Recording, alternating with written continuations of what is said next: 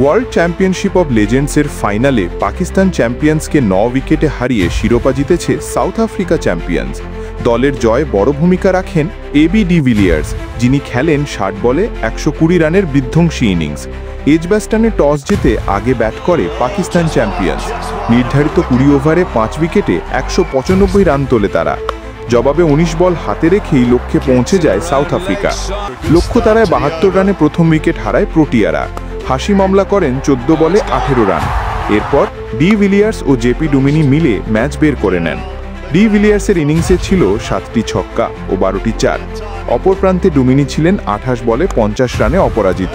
পাকিস্তানের পক্ষে একমাত্র উইকেটটি নেন সাইদ আজমাল। এর আগে পাকিস্তানের ইনিংসে ওপেনিংয়ে নেমে শারজিল খান করেন 44 বলে 76 রান। তার ইনিংসে ছিল 9টি চার ও 4টি ছক্কা। 5 নম্বরে নামা ওমর আমিন করেন 19 বলে 36 রান। এখনও পাকিস্তানের ঘরোয়া ক্রিকেট দাপিয়ে বেড়ানো আসিফ আলী করেন 15 বলে 28 রান। হাফিজ ও মালিকের ব্যাট থেকে আসে যথাক্রমে 17 ও 20 রান। যদিও এদিন সুবিধা করতে পারেননি কামরান আকমাল। এই উইকেট রক্ষকের ব্যাটে আসে 5 বলে 2 রানের ইনিংস।